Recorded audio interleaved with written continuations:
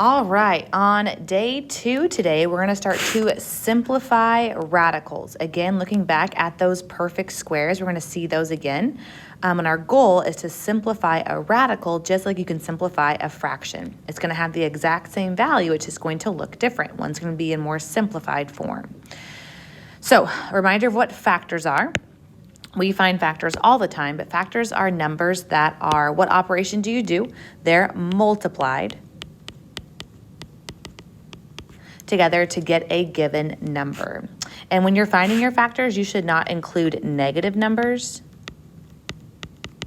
or decimals. We want whole numbers and whole numbers only. So throwing it back to middle school, we're going to go back and list off all of the factor pairs of the following integers. Again, no decimals, no negative numbers. So the first factor pair of 12, what number is a factor of every number out there? Just 1, so 1 times 12. Is 2 a factor of 12? It is, because 2 times 6 gives you 12. Is 3 a factor? Yes. 3 times 4 gives you 12. Is 4? Yes, we already have it in 3 times 4. 5, no. 6, yes, already have it, 2 times 6. And then 12 is our only one, 1 and 12. So there's just 3 factor pairs of the number 12.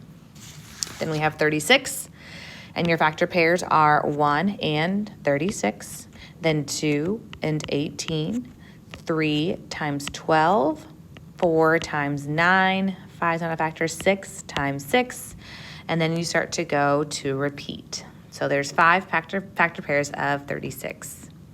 Then we have our factor pairs of 100. So start with your basic factor 1 and 100, 2 and 50, 3, nope, 4 and 25, 5 and 20, 6, 7, 8, 9, and 10 and 10. And then our last integer we're going to find factors of is 41. So first off, 1 times 41. Are there any other factors of 41 besides 1 and itself? There are not, because 41 is a prime number. The only factors are 1 and itself. So if we have the number 3 and we square it, we get the number 9. So when you square a number, you're going to multiply the number by itself. Because 3 times 3 gives you 9. And when I say squared, that means that your little power is a 2. Squared means the power of a 2. And then if you square root a number, the square root of a number is the number that is being multiplied by itself.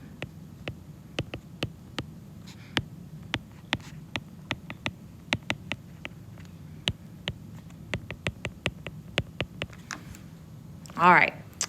So let's go back and list off the first 15 perfect squares. Again, there's way more than 15 perfect squares, but the first 15 should be the most recognizable for us.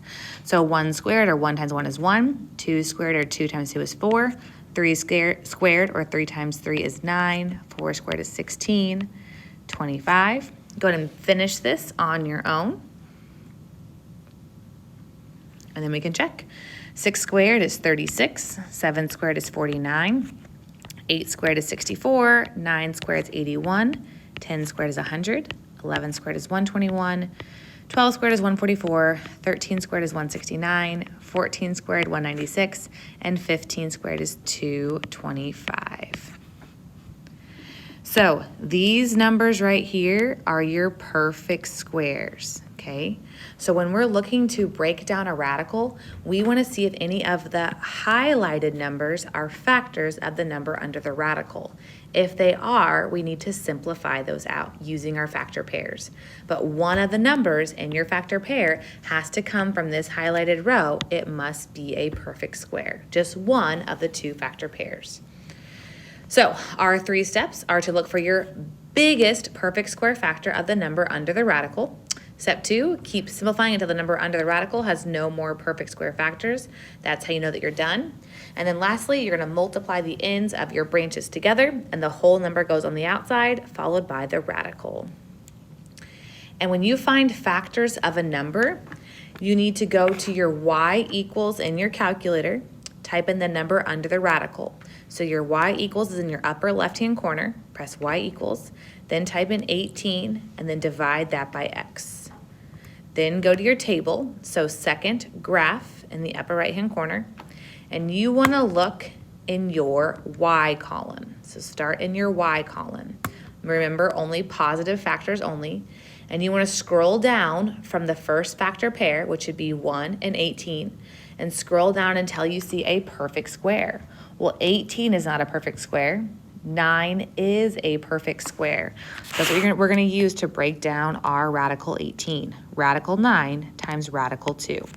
And don't write 9 times 2. You need to keep those radicals over those values. Radical 9 times radical 2. The square root of 9 is the whole number 3. Then you multiply the ends of your branches together. So 3 rad 2. And again, if you go back to your table, the square root of 9 is the whole number 3. All right, B, if you go to radical 160, so 160 is not a perfect square, but I bet you it does have a factor that's a perfect square. So go to your y equals, type in 160 divided by x, look in your y column, starting off with your first factor pair of 1 and 60. In your y column, in your second column, look for the biggest perfect square factor. And you should come across radical 16 and radical 10. Again, only one of the two factor pairs needs to be a perfect square. The square root of 16 is the whole number 4, and there are no perfect square factors of 10. So you get 4 rad 10 as your final answer. Then C, we have radical 40. So go to your y equals, type in 40 divided by x, or you may be able to figure this one out on your own without your table. And scroll down in your y column, find your biggest perfect square factor of 40. So we see 1 and 40, 2 and 20. Those are not perfect squares. Then you see 4 and 10. 4 is a perfect square. So this breaks down to radical 4 times radical 10. And the square root of 4 is the whole number 2. Multiply the ends of your branches together and you get 2 rad 10. All right, our next integer under the radical is 75, so the square root of 75. So type in your y equals 75 divided by x and find which of those highlighted numbers can go into 75. And this one should be easy. Think about quarters. This breaks down to radical 25, your perfect square, times radical 3. And the square root of 25 is the whole number 5. Now we multiply the ends of our branches together and we get 5 rad 3. On to radical 96. Again, y equals 96 divided by x. And look for your biggest perfect square factor in your y column, starting off with 1 and 96. So you should come across radical 16 and radical 6. The square root of 16 is the whole number 4. Then multiply the ends of your branches together, and you have 4 rad 6. On to F, the square root of 85. So go to your y equals, type in 85 divided by x, and look for your perfect square factor of 85, starting with 1 and 85. So when you scroll, you notice that there are no perfect square factors of 85. That's because this integer, this expression, is already in simplest form.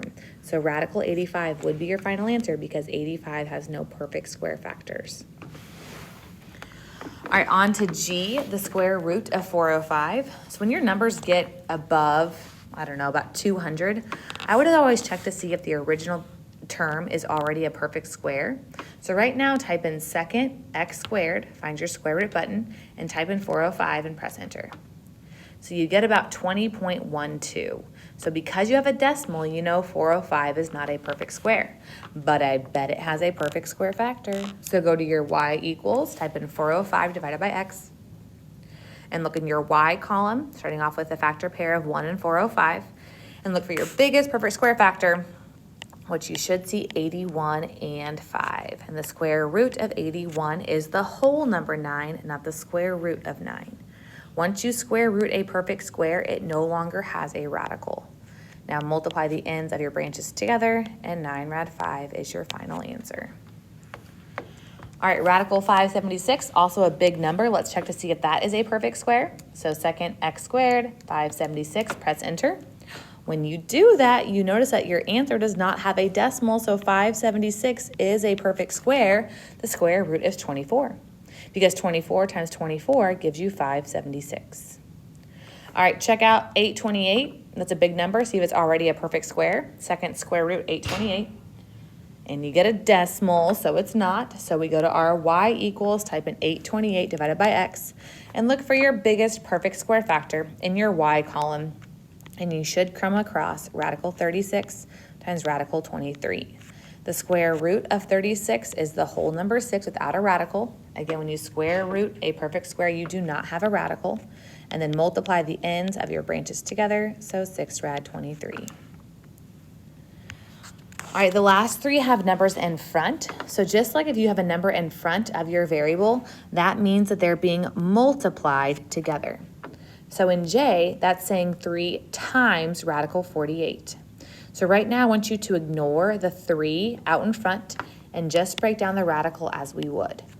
So 48 has a perfect square factor. Go to your y equals, type in 48 divided by x, and that gives you radical 16 times radical 3. The square root of 16 is the whole number 4. Now with this 4 and this 3, since 3 is a multiplier, should be multiplied together. And 4 times 3 gives you 12, and it stays rad 3.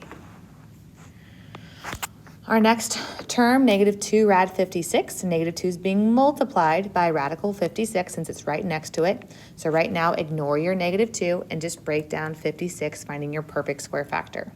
So the perfect square factor of 56 should be 4 and 14. And the square root of 4 is 2. Now the 2 and the negative 2 get multiplied together because it's a multiplier. And 2 times negative 2 gives you negative 4, and it stays rad 14.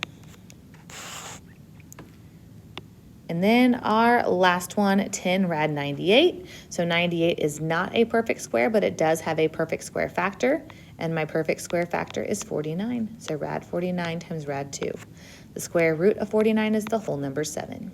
So 7 times 10 gives you 70, and it stays rad 2. I have a bonus question for you. Let's try this. 3 times radical 25. So 3 is being multiplied by radical 25. So break down the square root of 25, but you're like, wait, 25 is a perfect square. I don't need a factor tree. I just need one branch. The square root of 25 is the whole number 5. When you square root a perfect square, you no longer have a radical. Now you multiply those together, and your final answer is 15. All right, last question. It says, Joan simplified the problem below. Jet said she did not simplify completely. So we have 108, and that would break down in terms of Joan to radical 4 and radical 27. And then the square root of 4 is 2, so you're like, oh, that makes sense. But go to your y equals, type in radical 108, and find your biggest perfect square factor. So if you type in 108 divided by x, look in your y column for your biggest perfect square factor, you see your biggest perfect square is 36. 4 is not your biggest perfect square factor. That's her mistake. You got to find the biggest perfect square factor. The square root of 36 is 6. Multiply the ends of your branches together, and 6 rad 3 should be your final answer. So Joan didn't find biggest perfect square factor. She found a perfect square factor, but it wasn't the biggest one. How do we know when a radical is simplified completely? There are no perfect square factors left.